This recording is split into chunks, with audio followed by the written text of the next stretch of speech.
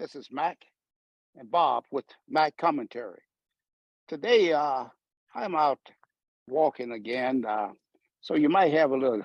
My audio might be a little distorted here now and then, but this video gonna mainly focus on Bob. Anyway, he will be delving into a topic that I think is critical that blacks have a full understanding of, and no matter how big you get. And Bob will discuss that. Bob, how are you today? I'm doing fine, Mac. Thank you. How are you? I'm doing great. Thanks for asking. Our topic today is, I've heard you say over the years that that you are a nigger, and I might misquote you on this, but no matter how big you get, you're just still a bigger nigger. Can you kind of explain that to our audience, Bob? Because I don't think people understand what is meant by that. Because maybe you have not been called a nigger to your face, but I'm gonna tell you, they do call you nigger in their own environment and away from you. I'm not saying all do, but there's quite a few that do, whether it's the police or whether it's your elected officials that you go out there and vote for every year. They sit in their back room and say, "Oh, we gave those niggers enough. We gave them the voting rights. Why should we give them reparation?" So, Bob, can you kind of explain this to us? I'll surely try, Mac. And thank you for inviting me to speak on this topic. You know, when I was a kid, I grew up in an all-black neighborhood. And when we were kids, we'd be running. Somebody say, "Oh, come on, nigga. You my nigga till you get bigger. And when you get bigger, you just gonna be my bigger nigga." And today, it makes sense to me what that meant.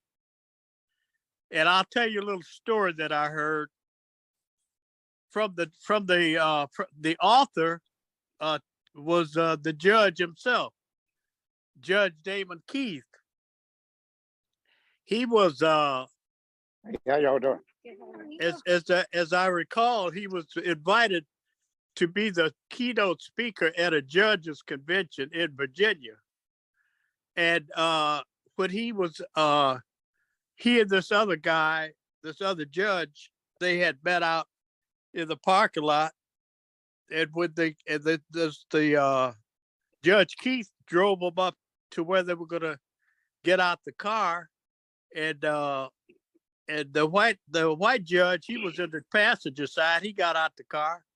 The Judge Keith was getting out the car, and the valet, who should have been taking the keys to park the car, he said to Judge Keith, "Oh, well, you can park that one over there." Looking at Judge Keith as if he just another nigger. See, like you said, that's the way the Caucasoid, whether you admit it or not, looks at all black people. You just another nigger until you get bigger. And when you get bigger, you just gonna be a bigger nigger. And they don't like to talk like this. "Oh, I want to say the N-word." What the hell is the N-word? When you say shit, you don't say, "I want to say the S word." That's a lot of nonsense. Say it for what it is. When you see a black person, you think nigger.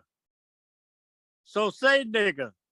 That's the reason they don't want to give reparations to descendant slaves. Because like you said at the very outset, they say, "Oh, we done gave these niggers enough. They don't need nothing else. Send them back out there to the field. Let them pick some more cotton." 82% of of the Caucasoids in America. That's how they think. They may not say it because they want to sweet talk. My mother used to say sugarcoat, you know, but that's what's in their heart. 82% of these Caucasoids think of black people as nothing but niggers, and they're bigger niggers. And look, I don't have to say this. I'm telling you stuff that I heard that from Judge Keith himself. That story I told you about, but on a television program he was on. But the other thing is, you hear it from people themselves. I read somewhere where Oprah Winfrey had an experience like that, where she wanted to buy a handbag. I think they said it cost $45,000. And the young lady, this cracker Caucasoid young lady, looked at her and said, you can't afford that. Now, if I'm lying about this, Oprah Winfrey can come on and refute what I'm saying. But that's what I read. That's what I heard. And I'm sure there's other blacks, other Negroids who've experienced this behavior from these 82 percenters. I'm going to start calling them 82 percenters who don't want to have anything to do with niggers. And the other 18% who want to be pristine about it, they'll say, oh, I won't use that word. I use the N word. Well, look, people know what you're saying. So spit it out. It's like going around saying, pretending that people don't have a penis or don't have a vagina, you know? And when we were kids, we used to call it cunts and pussy and dicks, you know? So you like, oh, my lips won't allow me to say things like that. Stop deceiving yourself. Be honest with yourself. That's what I try to do today. So when I see a situation like with these reparations, I know what's going on.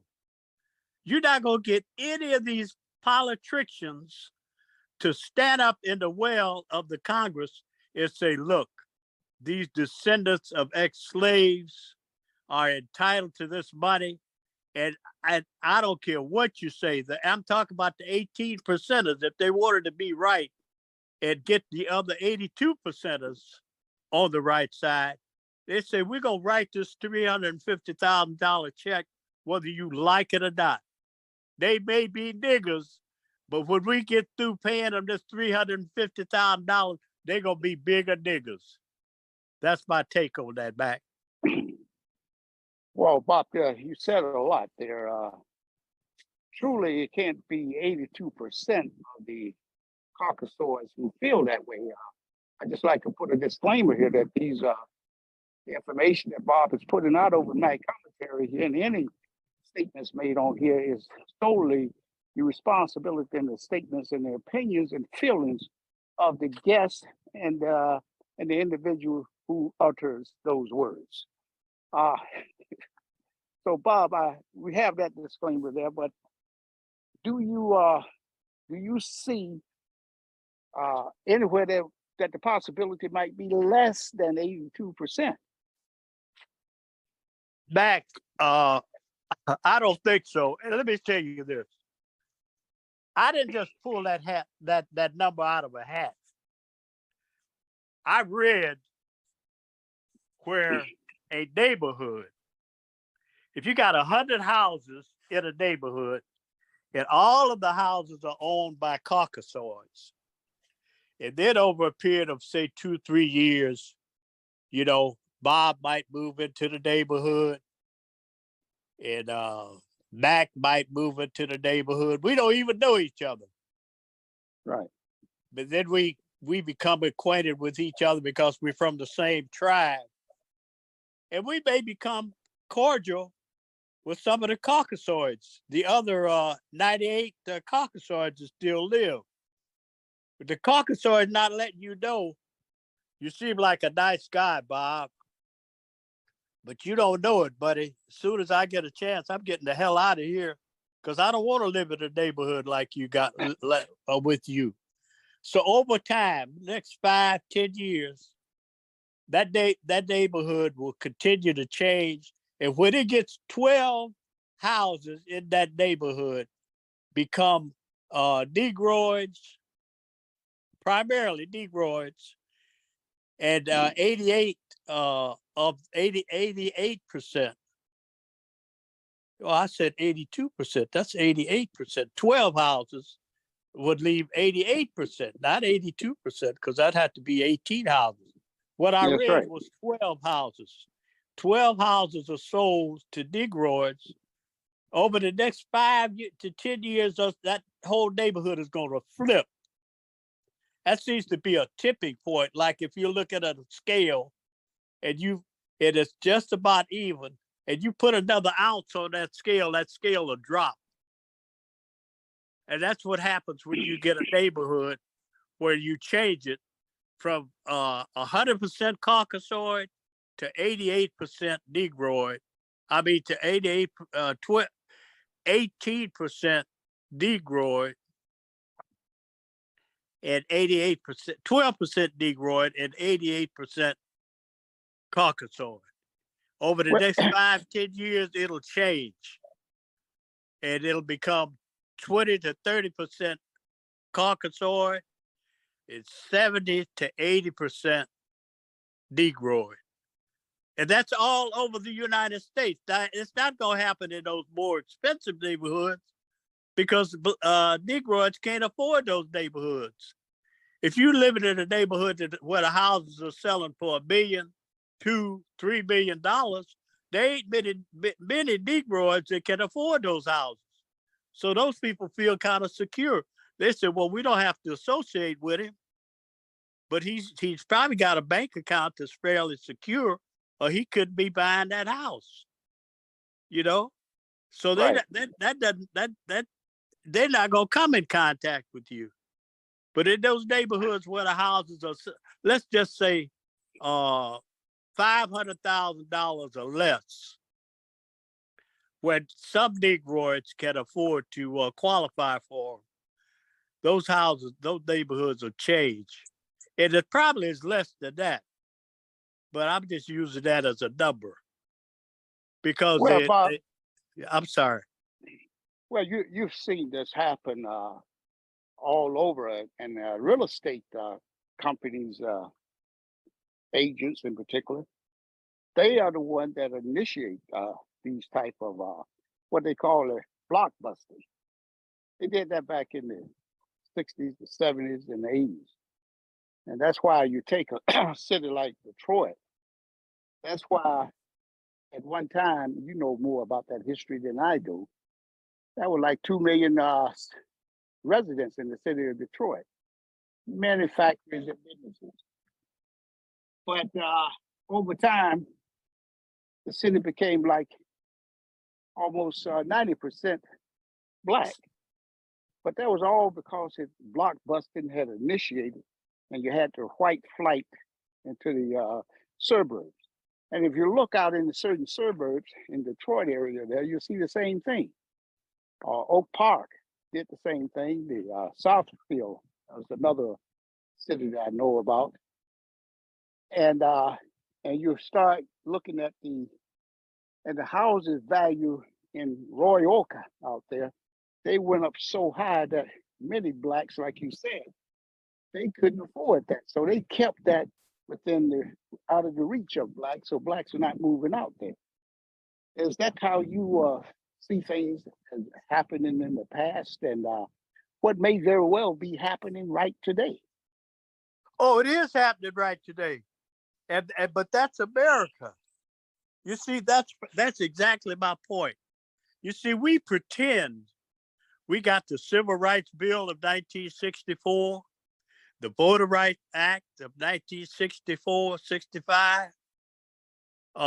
We've got affirmative action, the Philadelphia Plan, where we're going to give 10% of these niggas some of our money, but it has never been with the intent of making the Negroid on an equal footing with the Caucasoid. You are Right. It's no. still my nigga till you get bigger. And even if you move into my neighborhood, which I'm gonna move out of, you're never gonna be anything but my bigger nigga. I don't care who you are. Obama, a biracial president, part nigger. That's all he was to a lot of these crackers. And that's just a fact. And I'm not trying to be negative. I'm not trying to be nasty. I'm just being realistic. I think we need to stop pretending. You know, it's kind of like if a woman tries to pretend that she's just a little bit pregnant. You can't be a little bit pregnant. You either pregnant or you're not pregnant. Well, Bob, that's along the lines there with the critical race theories. Like, for instance, Governor DeSantis down in Florida, he does not want critical race theory taught because it'll make the whites feel like the young white kids feel like they bear the burden of all this that has happened to black people, which is not true. But the critical race theory, it delves into how blacks became the second class citizen and still maintain that status through all of the things that's been done, like you talked about, the voting rights, the Civil Rights Act, and the 10% set asides and all these type of things. Blacks are still viewed as second class citizens, as you so aptly pointed out.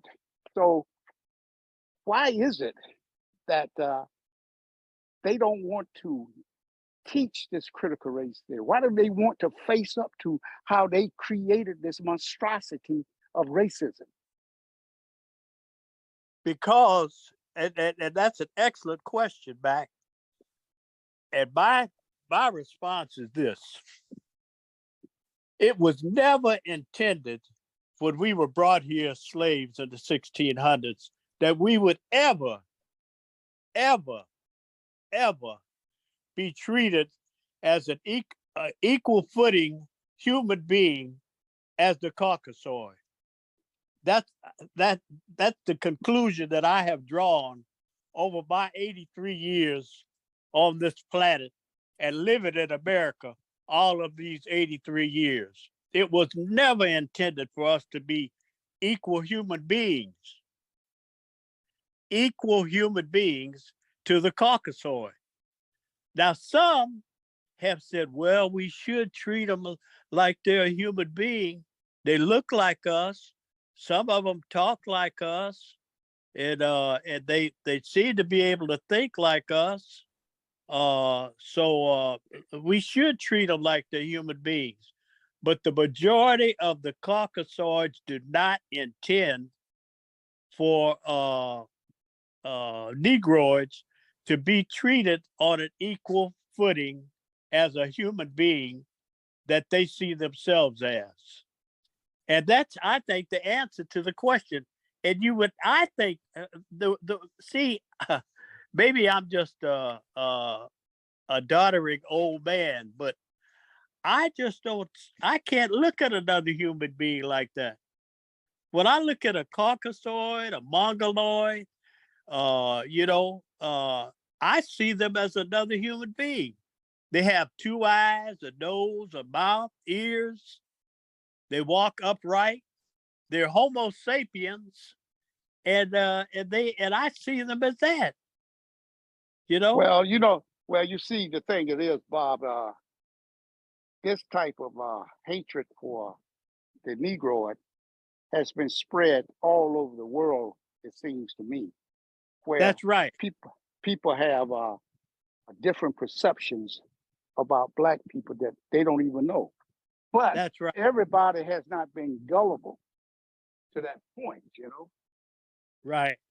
By that I mean that many of people of other races, they've looked at this and said, hey, that is not true. We're not going to accept that. And some just been so isolated that the word never filtered down to them. But to those that it filtered down to, like for instance, your Indian population, you know, when the European English were over there occupying that country, and they brought all of their racist dogma there, you know, and they accepted that. And you have certain other areas of the world where they have gone and made it seem like white skin is the most valuable asset that you can own, you know, and to a certain extent, it probably is or was at the time, and today it probably still is probably a great asset for them to have. But you would never hear, and I never heard any person black ever say that they wanted to be white. You know, I really haven't. And if I'm sure there may be some, but I never heard anybody in my relationship ever uttering a sound like that. But that is what they want the world to think, that people of color, black people, all come from the shithole countries of the world, as one of our most recent presidents stated. And Bob, Right. I want to thank you, Bob, for coming on today. Maybe we can delve into, in our next episode, maybe we can delve into what do blacks have to do to get out from underneath this yoke as a people, black Americans. What do we have to do? We want people to also to give us your comments. Let us know what you think we should do. And we'll do research on that and find out if it makes sense, then we'll talk about it. That's So, right. so leave your That's right. comments. And if they feel that Bob is just being too vulgar by talking about being a bigger nigger, tell us what kind of a person you are. Great point that you pointed out there, Bob. Yeah, make sure that you um, make your comments about that.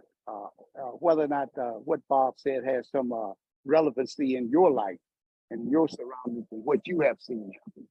And also, don't forget to like, subscribe, and share this video. And have a great day, Bob.